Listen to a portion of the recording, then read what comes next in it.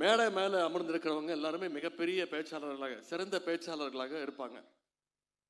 ஆனால் இந்த விழாவில் மேடை மேலே மட்டும் இல்லை, எனக்கு தெரிய மேடைக்கு கீழே உட்கார்ந்துருக்கக்கூடிய உங்களையும் மிகச்சிறந்த பேச்சாளர்கள், எனக்கு தெரிஞ்ச பேச்சாளர்களே இருக்கிறாங்க.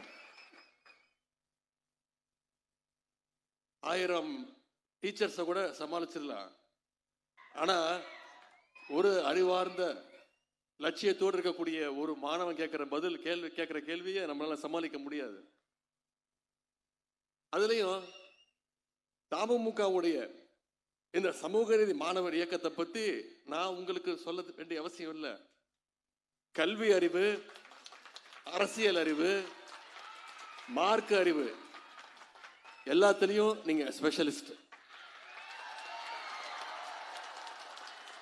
மேடையிலேருந்து பார்க்கும்பொழுது, உங்களை எல்லாம் பார்க்கும்பொழுது பிளாக் அண்ட் ஒயிட் சோல்ஜர்ஸ் மாதிரி உட்கார்ந்துருக்கிறீங்க.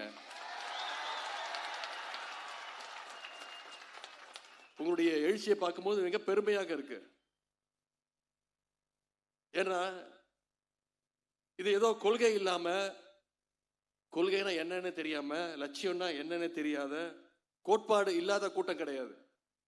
கொள்கையோடு லட்சியத்தோடு செயல்படுகின்ற ஒரு மிகச்சிறந்த மாணவர் படை. அப்படிப்பட்ட உங்க மத்தியில் பேசுறது எனக்கு இன்னும் கூடுதல் பெருமை. ஒரு இயக்கத்தை துவங்கி நடத்துறது சாதாரண விஷயம் கிடையாது. ஆனா இந்த சமூக நீதி மாணவர் இயக்கத்தை 25 வருஷமா நீங்க வெற்றிகரமா நடத்திட்டு வரீங்க. அதுக்கு முதல்ல என்னுடைய வாழ்த்துக்கள், என்னுடைய சல்யூட். திராவிட முன்னேற்ற கழகத்திற்கும் இந்த சமூக நீதி மாணவர் இயக்கத்திற்கும் நிறைய ஒற்றுமைகள் உண்டு. உங்களுடைய இயக்கத்துடைய பெயர்லயே சமூக நீதின்ற பெயர் வார்த்தை இருக்கு. உங்களுடைய இயக்கத்தோட பேரே சமூக நீதி மாணவர் இயக்கம். திராவிட முன்னேற்ற கழகத்துடைய அடிப்படை கொள்கையே சமூக நீதி தான்.